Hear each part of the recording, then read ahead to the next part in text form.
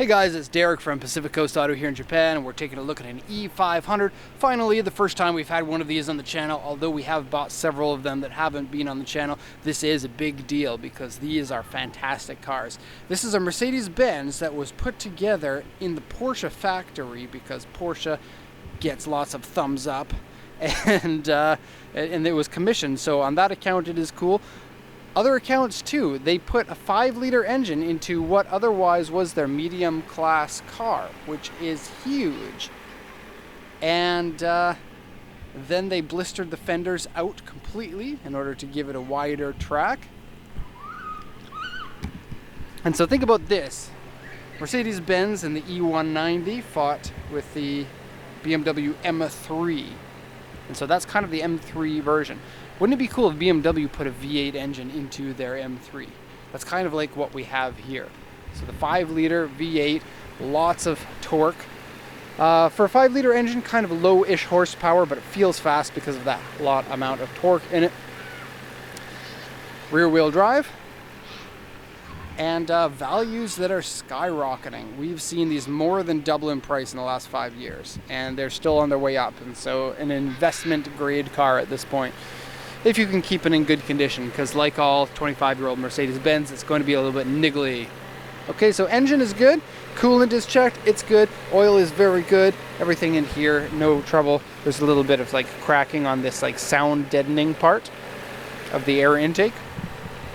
But it's a remarkably quiet engine. This one does have aftermarket exhaust on it. It sounds awesome when you rev it up. And I was lucky enough to be able to drive this car. Okay, so grill here is loose a little bit, and this bottom grill here is missing one of the clips, and so it doesn't lock in the way that it should. After that, there's almost nothing wrong with the car, which is remarkable because a lot of these I've seen in pretty weak condition. Let's go over the auction inspection sheet, and then I'll go over the exterior and then the interior. So it's a 1992 Mercedes-Benz 500E. E500 and 500E, they decided to move the place of the letters at around this time, and so it's a little bit confusing, especially for me, because I'm easily confused. Auction grade 3.5, interior C, sunroof, C, alloy wheels, power steering, power windows, leather seats, and airbag. It is a blue-black, is what they're calling this one. Oh no, gray-black, pardon me. Gray-black is the color. It's basically a gunmetal. 95 441 kilometers, automatic transmission. They didn't make these in manuals, unfortunately. Sunroof, alloy wheels, power steering, power windows, leather, and airbag. No sales points. Lots of history paper.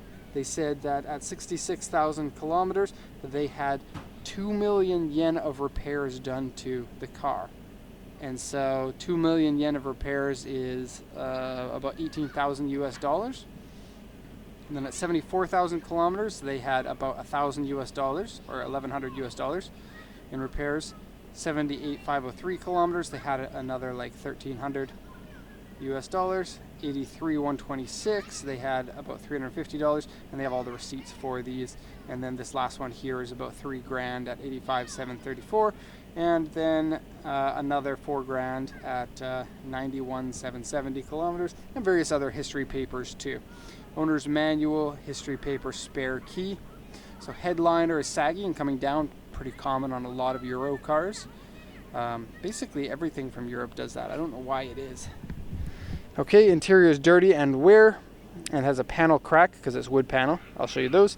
Fender edges rolled with question mark. Yes, they have been, but only mildly. And so rolled fender means the inside edge is pinched in to allow for a more aggressive or bigger size, wider wheel in there. But these are the original ones, and they look like they're in really good shape with Potenza tires on them, and so that's awesome.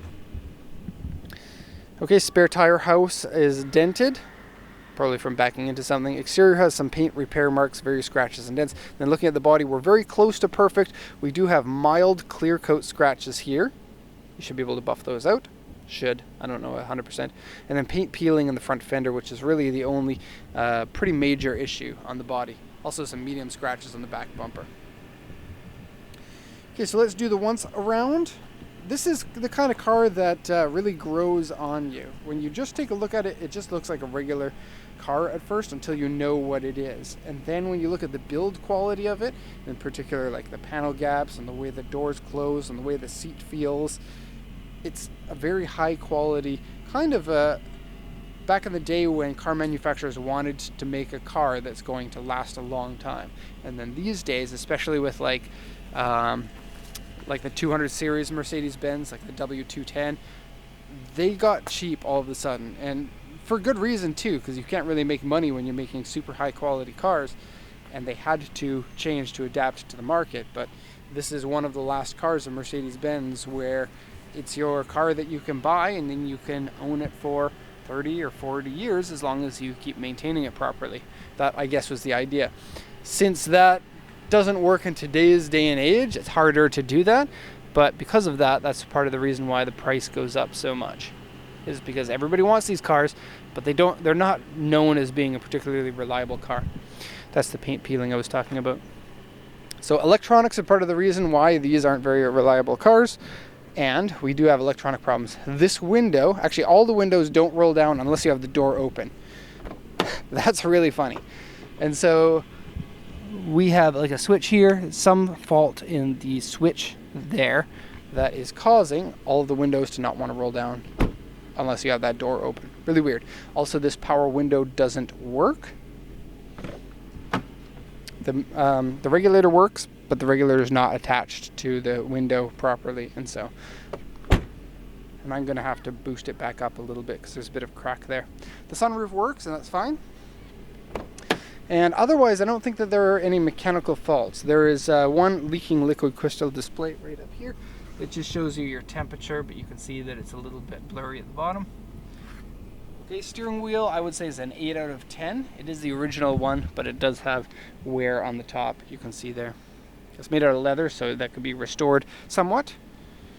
You get memory seats here. Let's see who the previous owner was.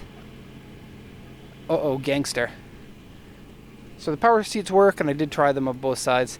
I prefer to sit with the seat down lower, like this, and back, like that.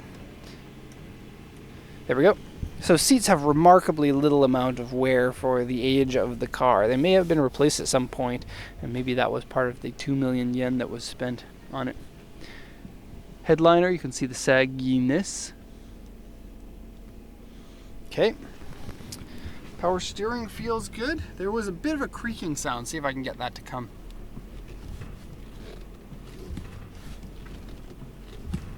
Okay, can you hear that? Floor mats are Yanase floor mats. Yanase is the official Mercedes-Benz brand here in Japan because you need to be partnered with a Japanese company, I believe. So every Japanese brand, like Yanase, is the exclusive Mercedes-Benz dealer and has been for a long time. Okay, the gauges, I love these. Take a look, they have the little hash marks here for your speed zones.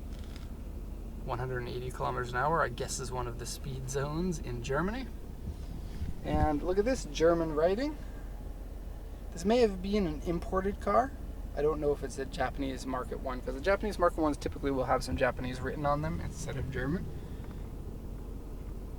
This car is part of the reason why 25-year-old cars are banned in the USA, because these cars you could buy for cheaper outside of the US for the better versions. So the big engine version I don't think was ever sold in the US.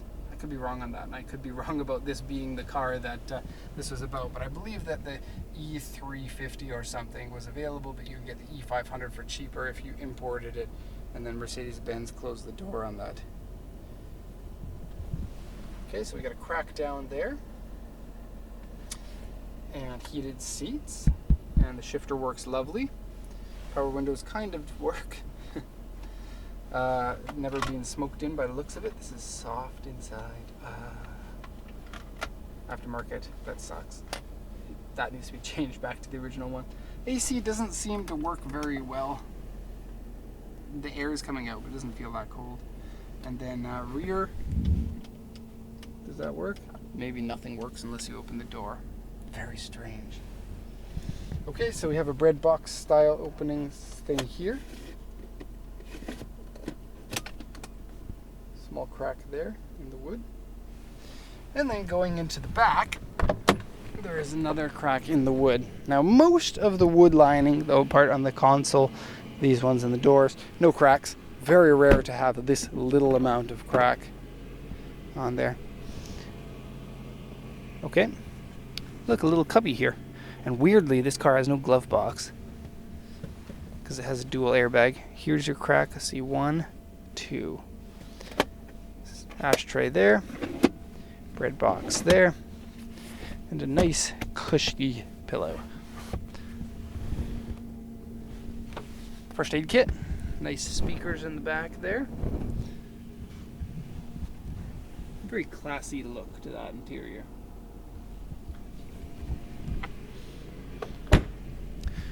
Okay, into the giant trunk.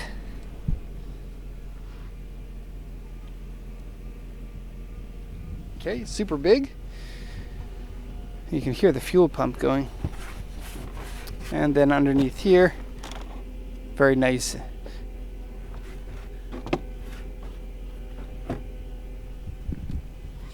Okay, so 500E.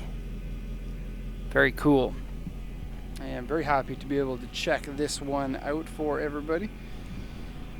This will be the end of the video here, so I hope you enjoyed it. If you do have any questions, please let me know in the comments. If you want to check about importing your own car, then feel free to check out our website. There's a link to that in the description of the video.